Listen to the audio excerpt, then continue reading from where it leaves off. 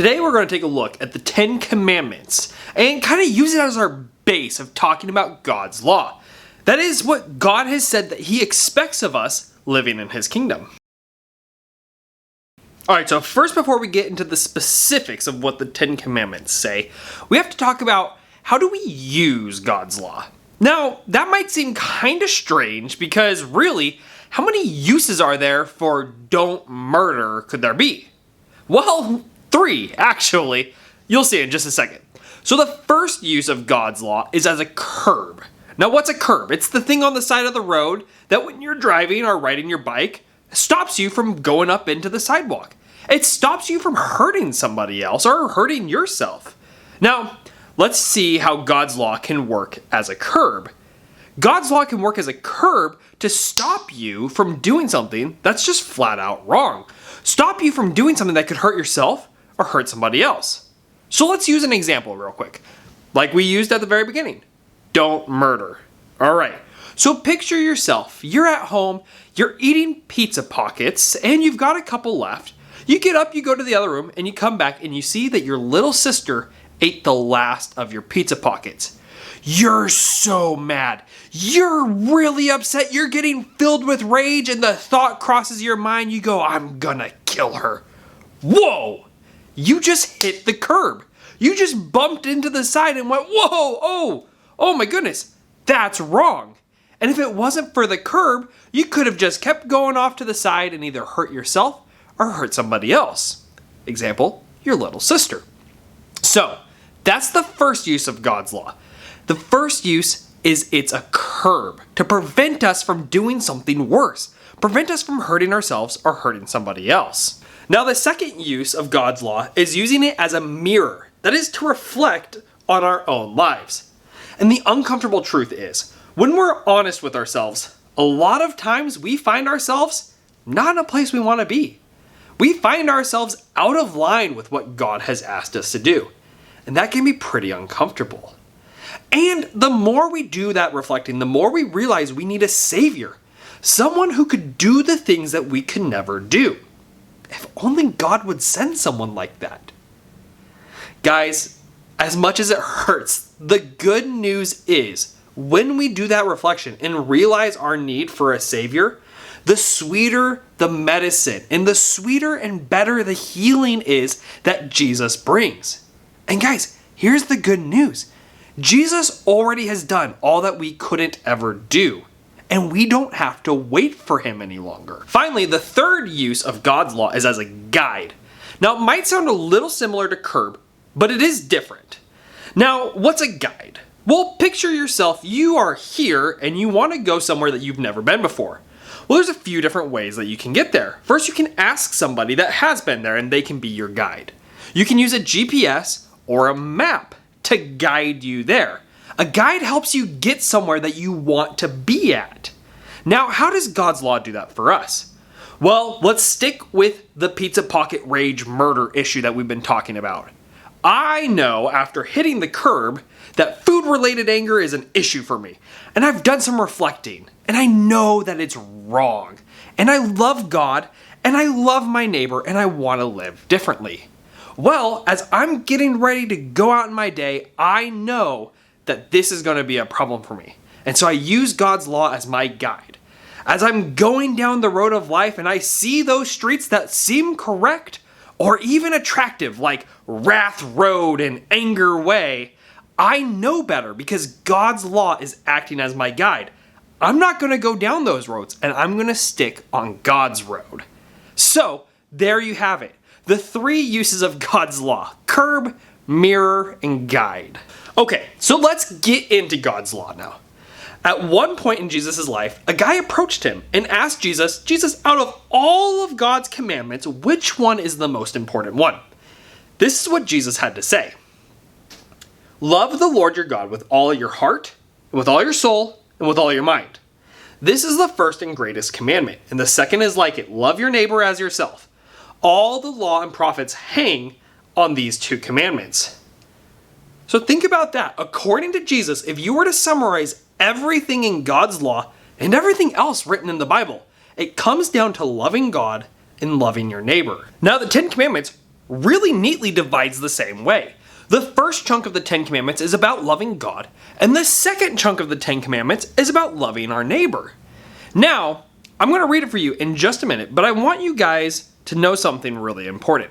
The Bible calls the Ten Commandments the Ten Commandments, but it doesn't say which one is 1, which one's 2, which one's 3. There's a couple different ways that you can assign numbers to it, but the most important thing is those numbers help you remember what's actually written in the Bible. So if you're trying to memorize them, pick a number system that works for you, but remember the important part is remembering what God wrote down. All right, now speaking of what God wrote down, we're going to look at that first chunk, our first table of God's law right now. I am the Lord your God who brought you out of Egypt, out of the land of slavery. You shall have no other gods before me. You shall not make for yourself an image in the form of anything in heaven above, or on the earth beneath, or in the waters below.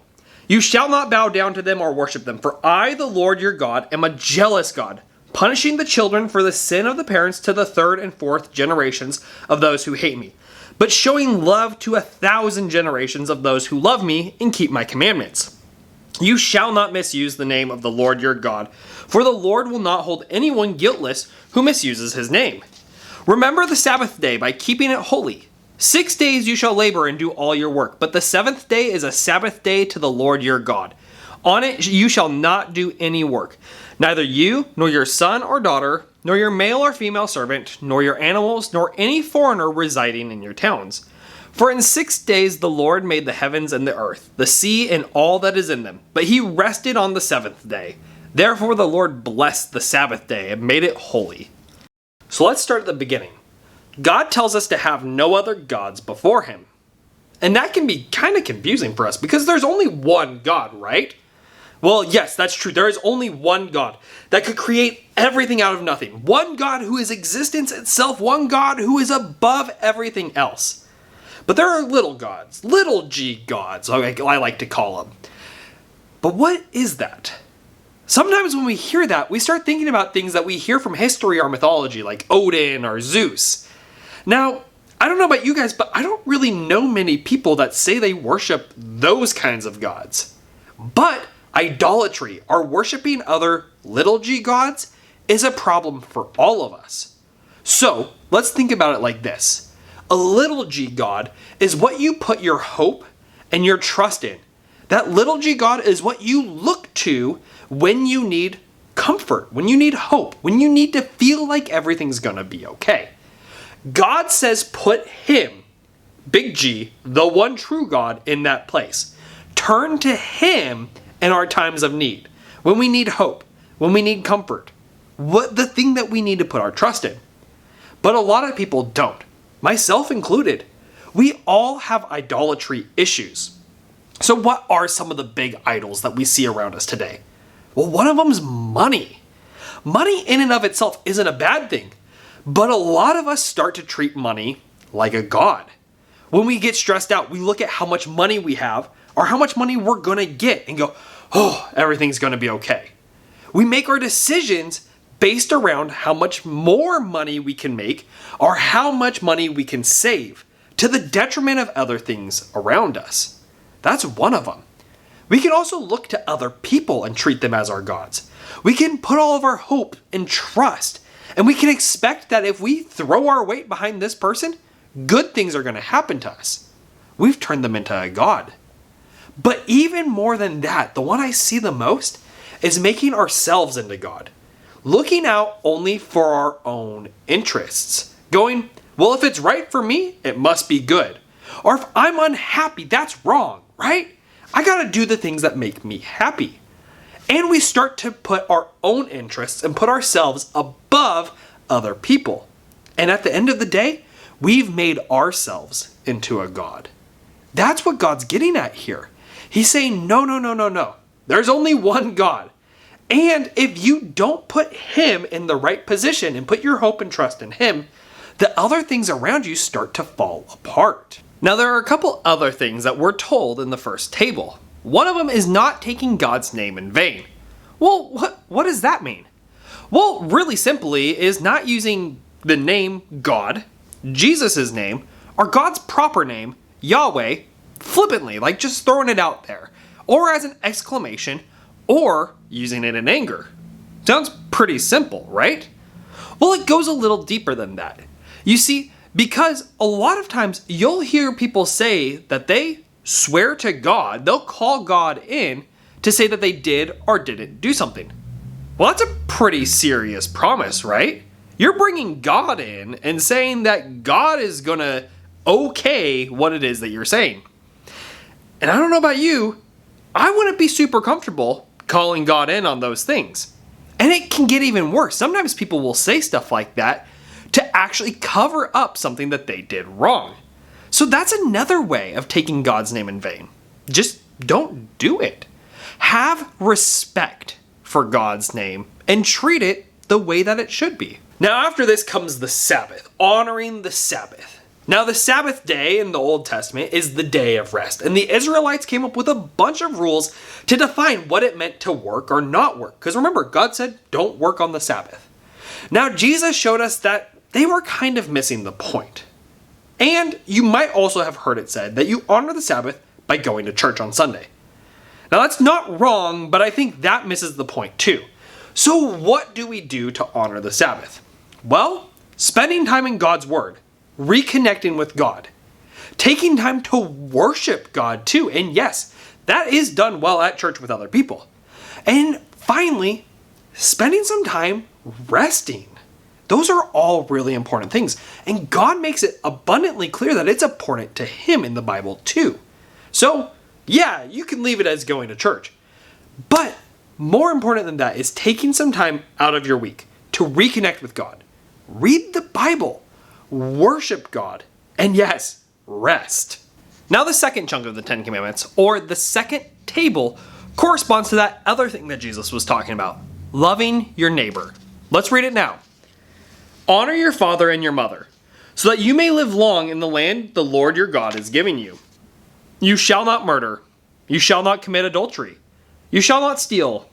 You shall not give false testimony against your neighbor. You shall not covet your neighbor's house. You shall not covet your neighbor's wife, or his male or female servant, his ox or donkey, or anything that belongs to your neighbor. So some of those words might be familiar to you, and others actually might not be. So let's just kind of run through each of them. Now, the first one that we talked about there was honoring your father and mother. And guys, that's an important one. God gives us people like our parents, teachers, leaders, the authorities that He places in our lives as something that's good for us. Your parents, leaders, teachers, coaches, pastors, they all have a responsibility to raise you, to care for you, to love you, and look out for you. And as children, it's our responsibility to honor them, respect them, and listen to them. And this commandment is for our whole lives. It doesn't mean that when you turn 18 and you're an adult, you're free to start disrespecting your parents, because they're still your parents. And we will always have other authorities in our lives, no matter how old you are, that we're called to respect. Next comes murder. Pretty simple, right? And we even kind of talked about that a little bit in our Pizza Pocket episode. Now, Jesus does say, when you get angry with somebody, when you call your brother a fool, you've already murdered them in your heart. So it goes a little bit deeper than just not killing somebody. It's actually loving them and cooling off your anger and your frustration so you don't get to that point. Now, the next after that is adultery. What's adultery? Well, it's when you break the promises that you make at your wedding. Now, a lot of you guys aren't married yet, so what do we do? Well, we can also take what Jesus talked about adultery, where He said when you look at somebody with lust, you've already committed adultery with them in your heart. So, basically, love people with the appropriate kind of love. Also, this kind of goes hand in hand with it, don't objectify people or treat them, think about them, or act towards them with only your own interests in mind. Basically, be a good friend. And then when you are married, love that person and keep the promises that you made to them. So sealing seems pretty straightforward, doesn't it? Don't take what's not yours. And that goes for things, yes, but it goes for time as well. It means being honest when someone hires you. Don't waste the company time. and doing what it is that you said you were going to do. Then there's the false testimony part. And oftentimes this gets simplified as don't lie. And that's true. Don't lie. We're going to come back to this in just a minute, but basically not giving false testimony against your neighbor means don't talk bad about other people. Don't drag their reputation through the mud. Talk about them in ways that are good. And then there's coveting. Now, coveting is kind of like being jealous. It's really wanting something that's someone else's. So, like, for example, I look at my neighbor and my neighbor has a really, really cool car. And I think to myself, man, that's a really cool car. I really wish I had that car. I really wish my neighbor didn't have that car. You see, it's getting sucked into and wanting something that's somebody else's. It's comparing yourself to other people. And coveting, while wrong in its own right, can also start us down the path of breaking a whole lot of the other commandments. Okay, so now that we've kind of done a quick look through all the 10 commandments, I want to point something out to you. A lot of them are written in the negative. Do not do this, or you shall not do this. Now, we can find ourselves in a place where we go, yep, I'm doing real good with keeping the 10 commandments because I didn't kill anybody or I didn't steal anybody. You can also find yourself just doing nothing and thinking that you are following God's law. But that misses the point, doesn't it? Because all of those do nots have a flip side. There's something that you're not supposed to do, but the opposite of it really is what you are supposed to be doing. Now, we talked about false testimony. That is not dragging somebody's name through the mud, telling bad things about them to other people, gossiping, those kinds of things. So yeah, don't do them. But what's the positive side? What's the flip side? Well, it's talking good about your neighbor. It's saying good things about them to other people. And the more that you do that, the more that you find the good in somebody, the easier it is to love them. And the more that you talk them up to other people, again, the more you find that you love them. And that gets the heart of the law. Now, you can do that with all of the 10 commandments. You can go, it's telling me not to do something. What should I do? Or it's telling me to do something. What does that mean I shouldn't do? I really want to encourage you guys, as you reflect on this, to use that exercise. With each part of the 10 commandments, what should you do and what shouldn't you do? Now, if you're like me, after doing some time reflecting on this, you find you come up kind of short of the standard that God puts out there. You see the things that you weren't supposed to do that you did do. And you see the things that you should have done but didn't do. And that feeling can be pretty heavy. It can be pretty condemning. Now, if you find yourself in that place, I want to encourage you guys. Remember what Jesus has already done on the cross. Jesus sacrificed himself to pay the price of sin. The sins that we have done, the sins that we're doing, and the sins that we're gonna do. Jesus has already done it all. We've already been forgiven. And that's good news. But I also know, and I'm sure you guys do too, that feeling of guilt, that weight of sin can linger. It can stick around. I've got more good news for you guys.